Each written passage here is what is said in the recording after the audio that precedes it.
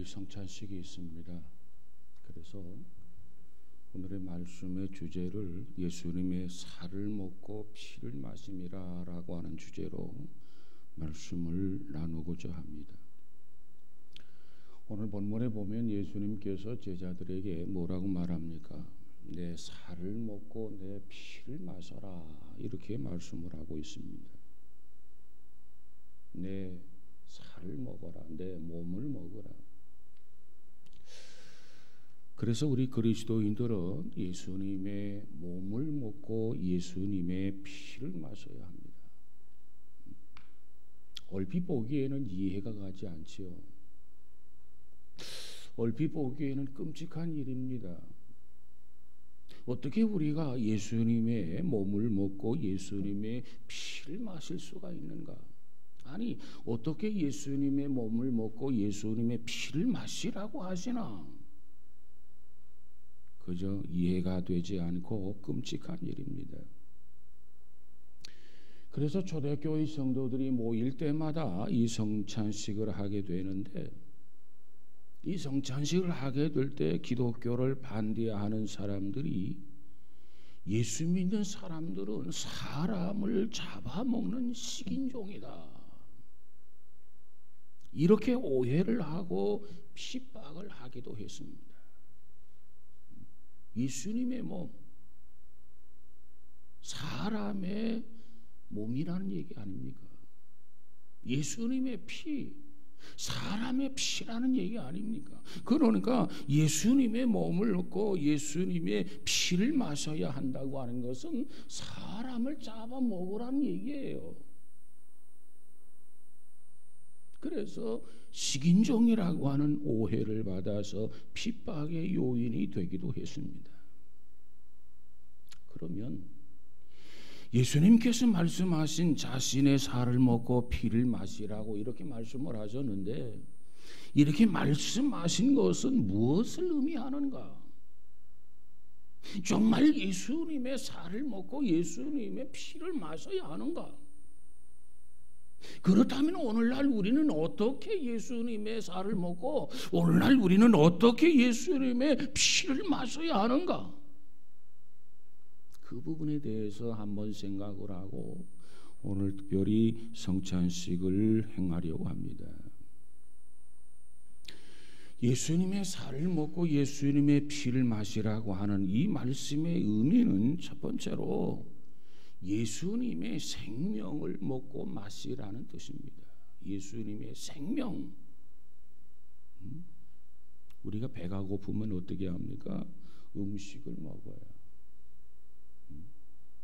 한식을 먹든 중국식을 먹든 서양식을 먹든 일식을 먹든, 아니하면 거리에서 빵으로라도 이 요기를 하게 된다는 거죠. 왜? 배가 고프니까. 그러면 그 음식은 우리의 입을 통과해서 뱃속에 들어가게 되죠.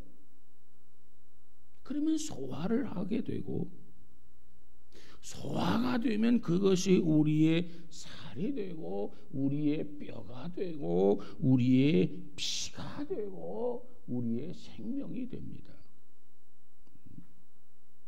그렇기 때문에 우리가 하루에 3끼씩을 식사하는 것 아니겠습니까?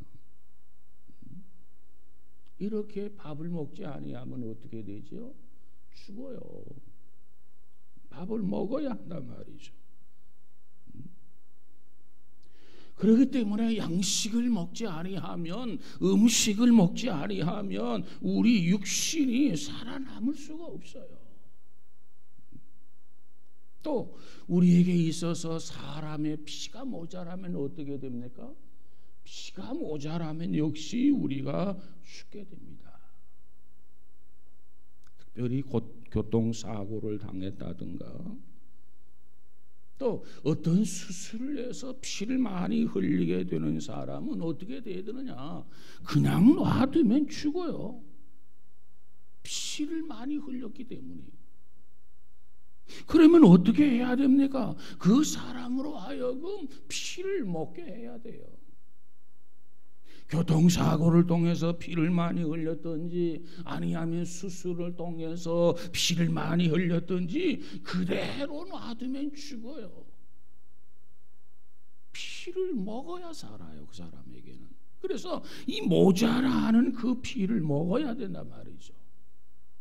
어떻게 먹어야 되느냐?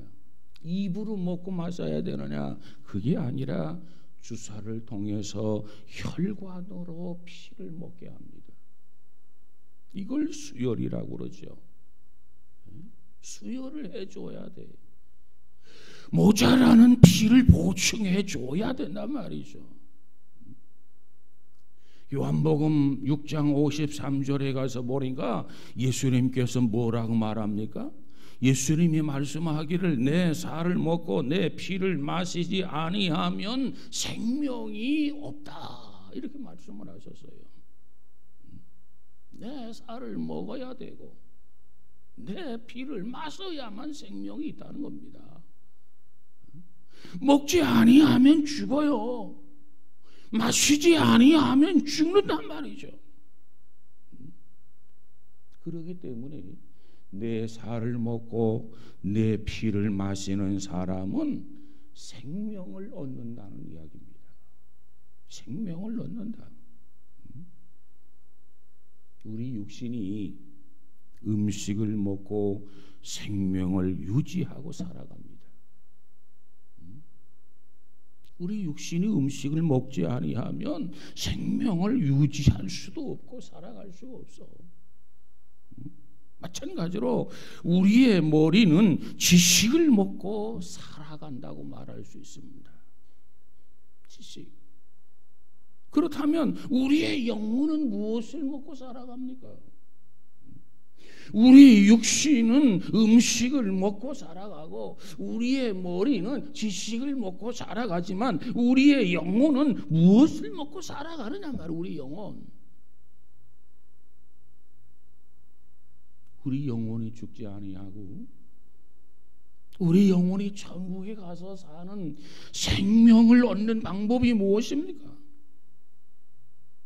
우리 영혼이 천국에 가는 데 있어서 생명을 얻는 방법은 무엇보다도 예수 그리스도를 믿는 거예요.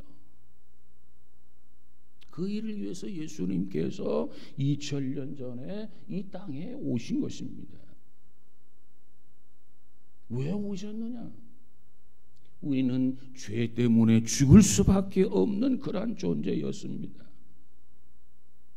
죄값은 사망이라. 그 죄 문제를 우리가 해결해야 되는데 그 죄 문제를 우리가 스스로 해결할 수 있는 방법이 없어요. 그렇기 때문에 죄 때문에 우리 모두는 사망, 지옥에 갈 수밖에 없단 말이죠. 우리를 사랑하시는 하나님, 쉽게 포기할 수 없으시는 하나님께서 예수 그리스도를 이 땅에 보내주셔서 죄 없는 그리스도가 이 땅에 오셔서 죄인을 대신하여 십자가에 달려 돌아가셨습니다. 우리의 죄값을 지불해 주었단 말이에요. 우리가 지은 죄의 문제를 주께서 십자가에 달려서 해결해 주셨단 말이죠. 이 사실을 믿는 사람은 생명을 얻게 되는 겁니다. 새 생명. 십자가에 돌아가신 예수님께서 3일 만에 부활하셨어요. 죽으신 예수님께서 무엇 때문에 부활을 하셨습니까? 그것은 바로 우리에게 새 생명을 부어주시기 위해서 부활하셨단 말이죠. 그래서 그리스도의 죽음은 우리의 죄 문제를 해결하는 것이고 그리스도의 부활은 우리에게 새 생명을 주시는 겁니다. 그러면 우리가 어떻게 해야 예수님을 통해서 새 생명을 얻을 수 있느냐? 예수님을 통해서 새 생명을 얻을 수 있는 방법은 바로 믿음이라는 방법. 믿음밖에는 없어요.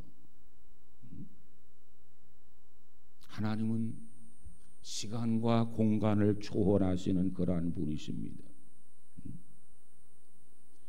역사적으로 보면 2000년 전에 예수님이 십자가에 죽으셨지만 이 시간 내가 예수님이 나의 죄를 위해서 죽으셨다고 하는 사실을 믿으면, 예수님께서 2000년 전에 십자가에 죽으셨지만 이 시간 예수님께서 나의 죄 대가를 지불하신 것을 믿는다면 우리 자신에게 영원한 새 생명이 주어지는 거예요. 공급되어진단 말이에요. 누가? 믿는 자에게 주어지는 은혜, 이것이 새 생명입니다.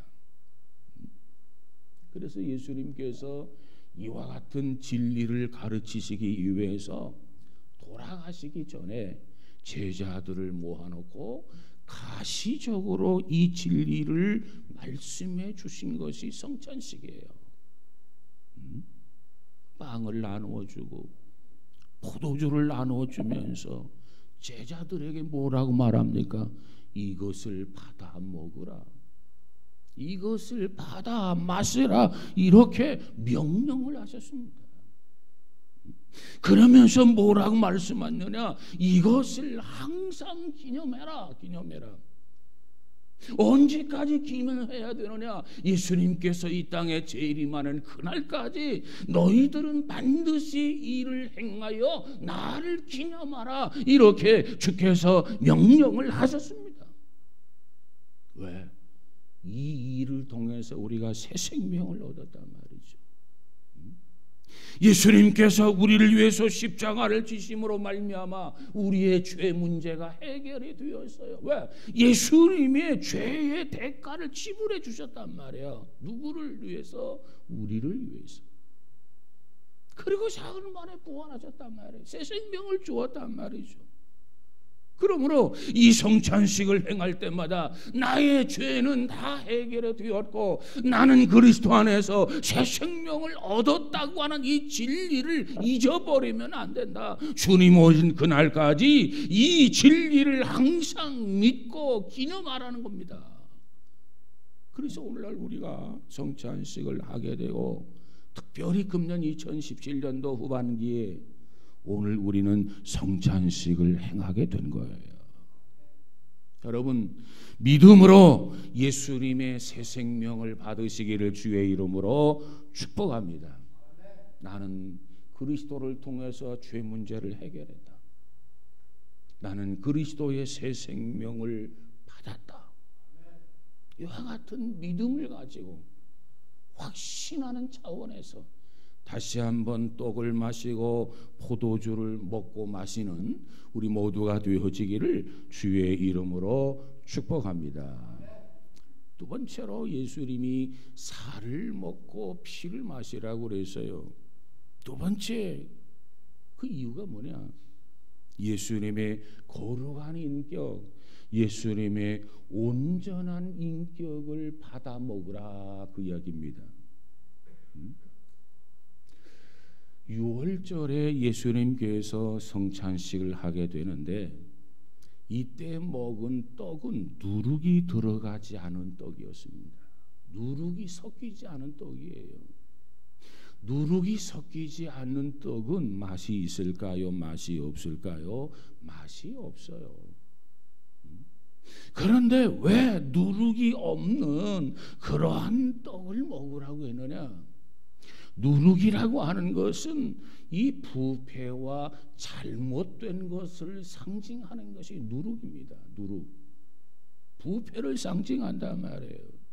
그릇된 것을 상징한단 말이죠. 그렇게 해서 예수님께서 제자들에게 얘들아, 오늘은 누룩 없는 떡을 먹으라, 이렇게 말씀을 하셨습니다. 그래서 예수님께서 이 6월절에 이 마지막 날에 제자들에게 떼어주신 떡은 바로 누룩이 없는 떡이었습니다. 그러면 이 누룩이 없는 떡이 무엇을 의미하느냐? 그걸 한번 생각해 보면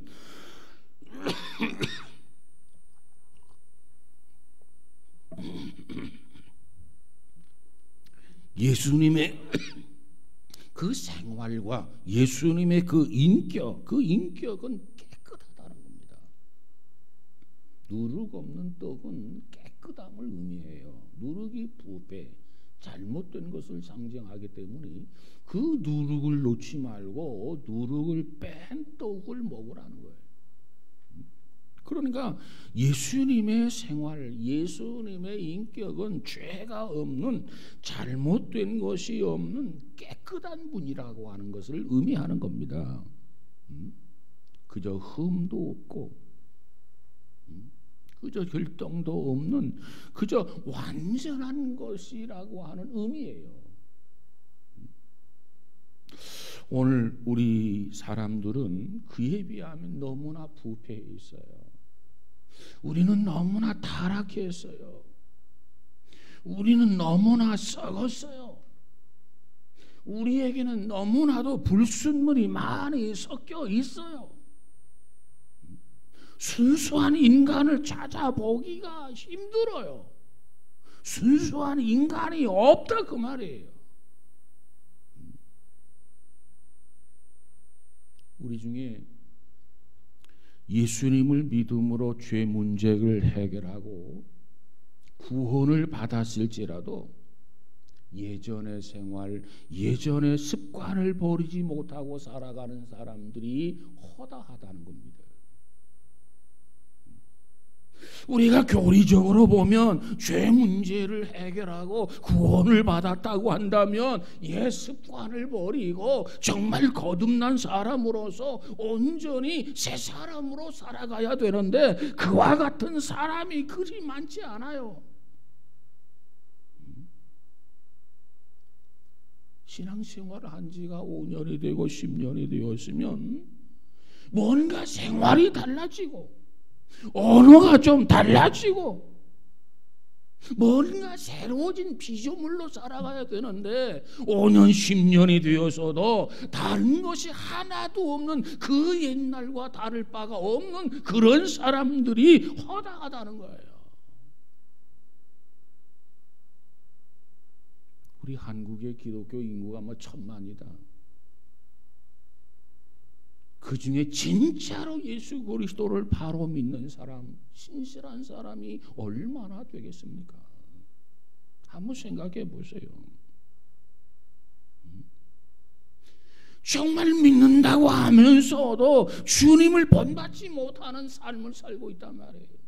그렇기 때문에 예수님께서 뭐라고 말씀하시느냐, 이 떡을 먹고 이 피를 마시라고 하는 것은 예수님의 완전한 인격을 먹고 마시자 그 말이에요.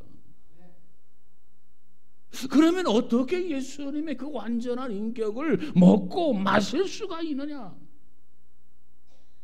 이 떡을 먹고 이 피를 마시면서 예수님을 정말 내 마음속에 모시고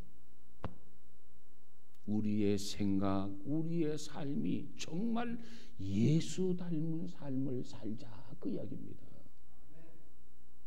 정말 예수님처럼 살아가자 그 말이에요.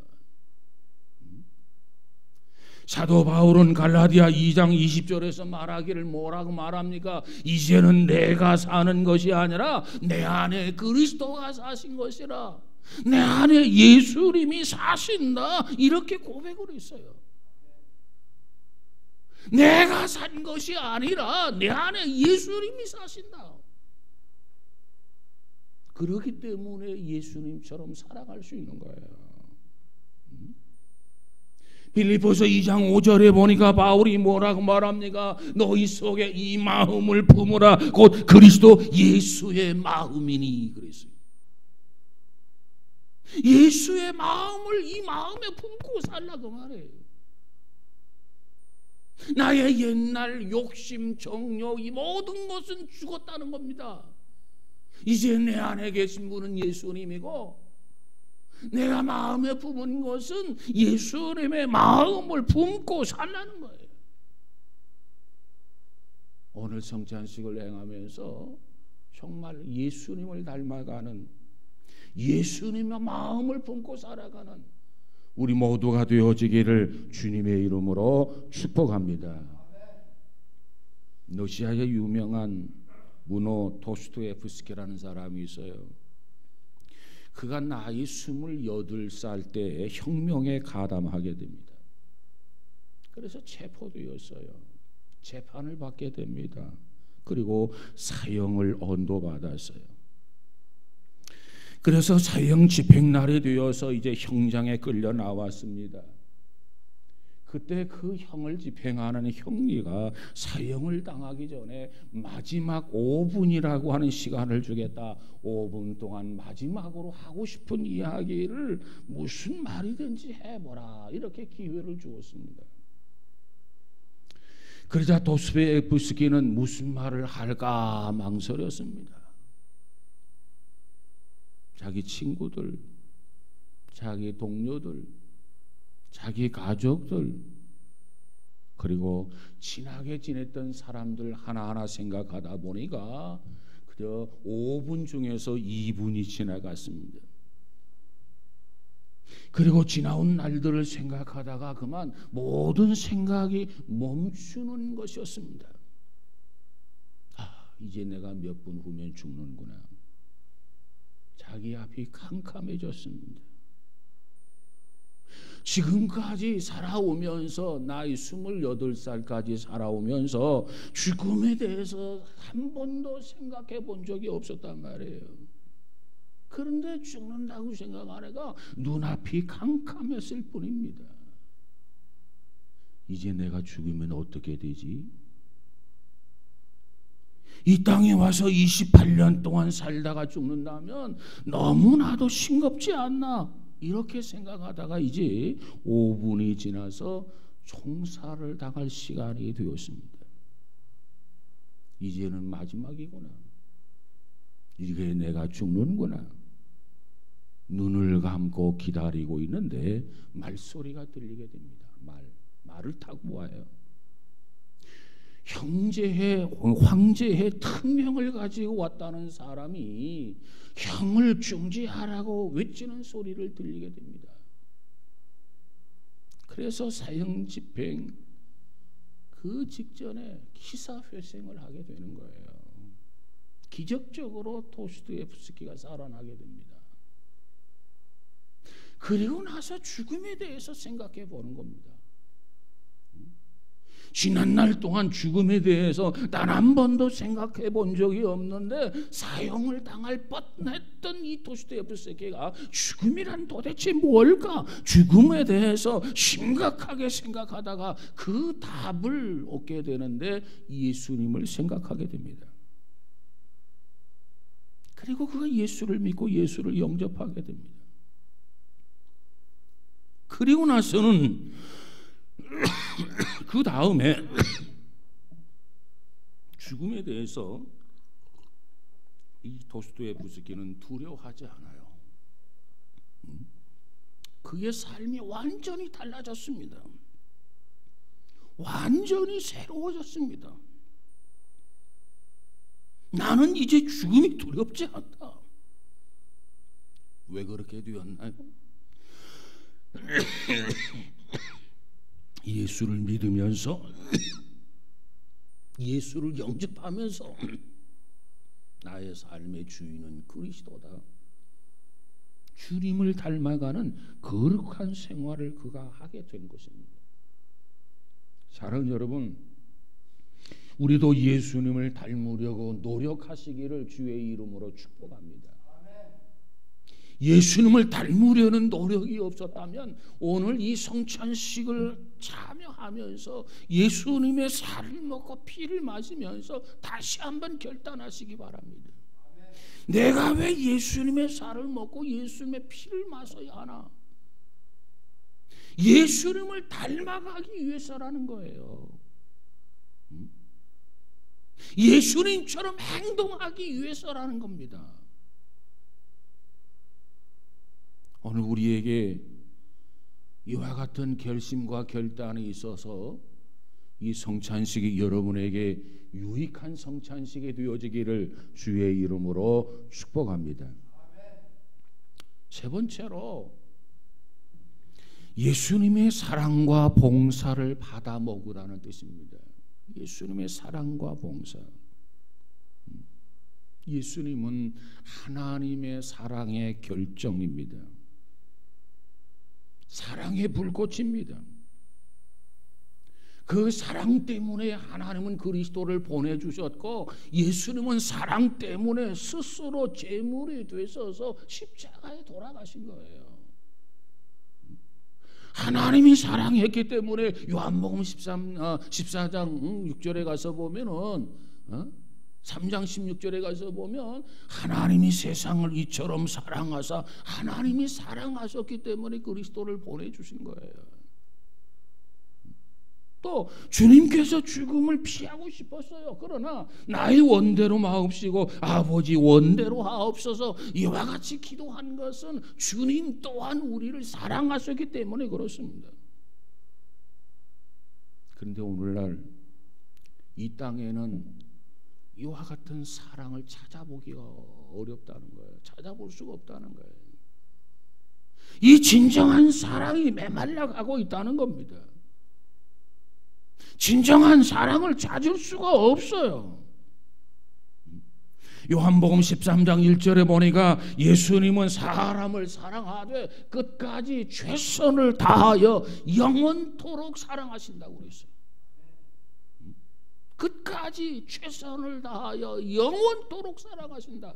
이것이 우리를 사랑하시는 주님이란 말이죠.